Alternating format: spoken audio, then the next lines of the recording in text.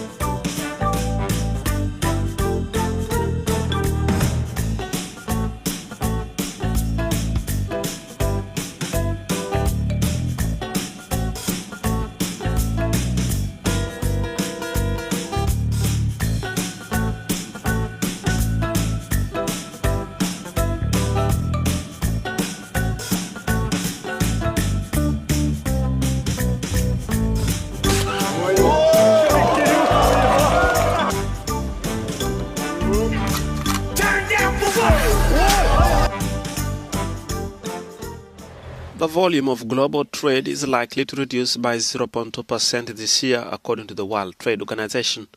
The body has linked this to recent U.S. President Donald Trump's shifting tariff policies in the standoff with China, and further warned that global trade might take a more severe hit. They further warned that trade in goods worldwide will further slump by 1.5% if Trump follows through on his stiffest tariffs on most nations due to the uncertainty unsettling businesses. Trump suspended the toughest set of tariffs for 90 days earlier this month, so more than 70 countries have a chance to address U.S. trade concerns. Meanwhile, he is increasing taxes on Chinese imports to 145% and engaging in a lengthy back and forth with Canada and Mexico about tariffs on their goods. It is a historic treaty. 5 years after the COVID-19 pandemic upended economies and healthcare systems, the member countries of the World Health Organization have agreed on a draft pandemic treaty that sets guidelines for the international response to the next global health crisis. As early as 2021, the WHO was tasked with drawing up guidelines for an improved global response to a future pandemic. Negotiations concluded early Wednesday on an agreement expected to be adopted next month at the UN Health Agency's annual meeting in Geneva. At the core of the landmark document is a pathogen access and benefit sharing system, which would allow quick sharing of pathogen data with pharmaceutical companies to find cures more quickly. The treaty was drafted without the United States, which left the WHO and the negotiations under orders of US President Donald Trump in January. The Amnesty International claimed on Wednesday that at least 300 people were killed and more than 3,000 were injured in the unrest during Mozambique's contentious election. The leading international watchdog is now calling on the Mozambique authorities to investigate the killing and all rights violations in the wake of the election and to bring law enforcement officials responsible to justice. Thousands of Mozambicans took part in waves of protests in the weeks after the October 9 presidential and parliamentary election, where Daniel Chapo of the ruling Frelimo party was declared the winner amid allegations of rigging and election fraud raised by its challengers and international observers. The protests were in support of Venancio Mondlane, who ran as an independent candidate but was supported by the opposition Podemos party. The demonstrations intensified after the October 18 killing of his lawyer and a Podemos official who were shot by gunmen late at night while sitting in a car in Mozambique's capital, Maputo. Talk about bringing the heat to the desert. Satellite images show the USS Carl Vinson aircraft carrier operating near Yemen alongside 3 warships, the USS Princeton, a guided missile cruiser, and 2 destroyers, the USS Sterett and William P. Lawrence. The Vinson joins the USS Harry S. Truman carrier strike group, which has been carrying out airstrikes on Houthi positions since March. U.S. Central Command says both carriers are conducting sustained strikes. Officials say the military pressure is tied to ongoing negotiations with Iran over its nuclear program. Where exactly those talks will happen is still unclear. Iran initially agreed to meet in Rome, then announced the discussions would take place in Oman. U.S. officials have not confirmed a location either. On Tuesday, Iran's supreme leader, Ayatollah Ali Khamenei, said the first round of talks was handled well, but stressed Iran's core positions never changed. One of the main issues, uranium enrichment.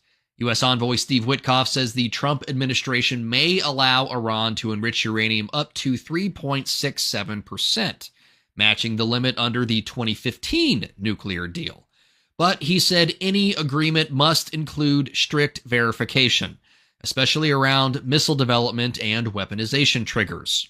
Iran currently enriches uranium to 60%. Intelligence reports say it could produce enough material for a nuclear weapon in 1 to 2 weeks, though actually weaponizing it would still take longer. Witkoff says the U.S. wants a permanent deal without expiration clauses, but Iran has long rejected restrictions on its missile program, which it views as essential to its national defense. Israeli officials are warning even limited enrichment poses long-term risk. President Trump says military action is possible if diplomacy fails. He says the U.S. will not allow Iran to acquire a nuclear weapon. So far, no red lines have been publicly defined, but the continued air campaign and carrier presence suggest the White House is keeping pressure on Tehran to make a decision, and soon.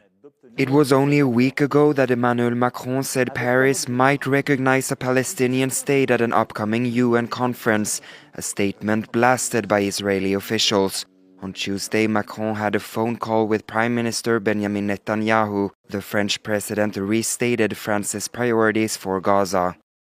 A ceasefire, the release of all hostages, humanitarian aid, and finally the reopening of the prospect of a two-state political solution.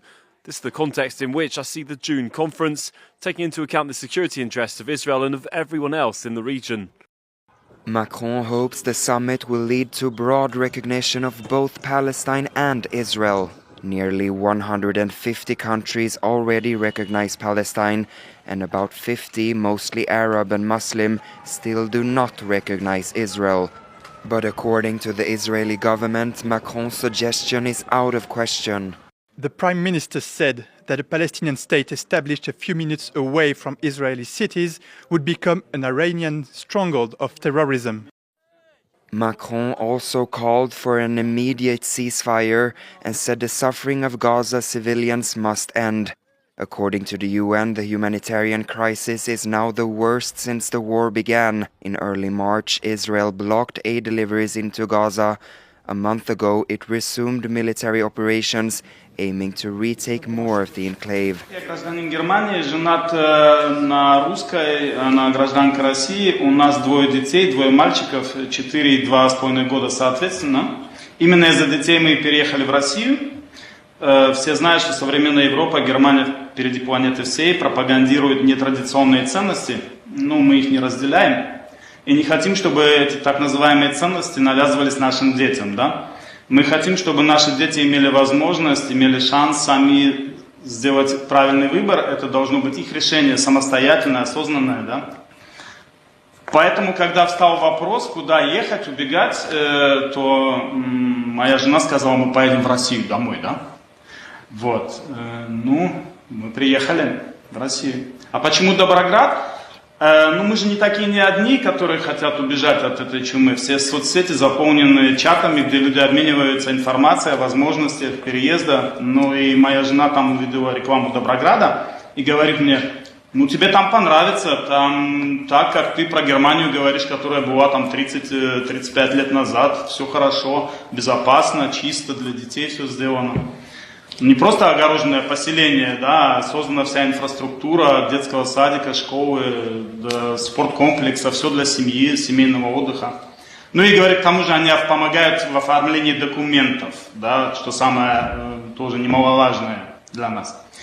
Und Wladimir Wladimirovich, kann ich was bieten? Ich möchte gerne Sie um was bieten, wenn es geht. Bitte. Ich weiß, Sie können mich verstehen, ne? Ich würde gerne Ihre Staatsangehörigkeit bekommen.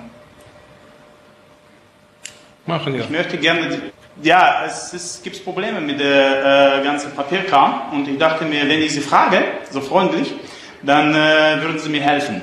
Außer Sie versteht mich keiner hier wahrscheinlich, aber außer Ihnen. Und ich würde gerne die deutsche Staatsangehörigkeit abgeben und die russische bekommen. Okay. Wenn es geht. Wir bleiben im Kontakt und lösen das Problem. Es ist kein Dankeschön. Problem. Nicht Danke. А где вы жили в Германии? Wo haben Sie Essen, Stadt Essen. gewohnt in Deutschland? In Deutschland, in Stadt Essen, Nordrhein-Westfalen. Essen? Essen, ja. Промышленный район хороший, большой. Ruhrpott, Ruhrgebiet. Да. Раньше был, сейчас нет, больше нет. Warum denn nicht? Warum nicht? Bitte? Was ist los? Was passiert, was ist los? Ja, die machen alles kaputt, ne? Okay. Gut, ja, ich wünsche Ihnen was. Ja, alles Gute.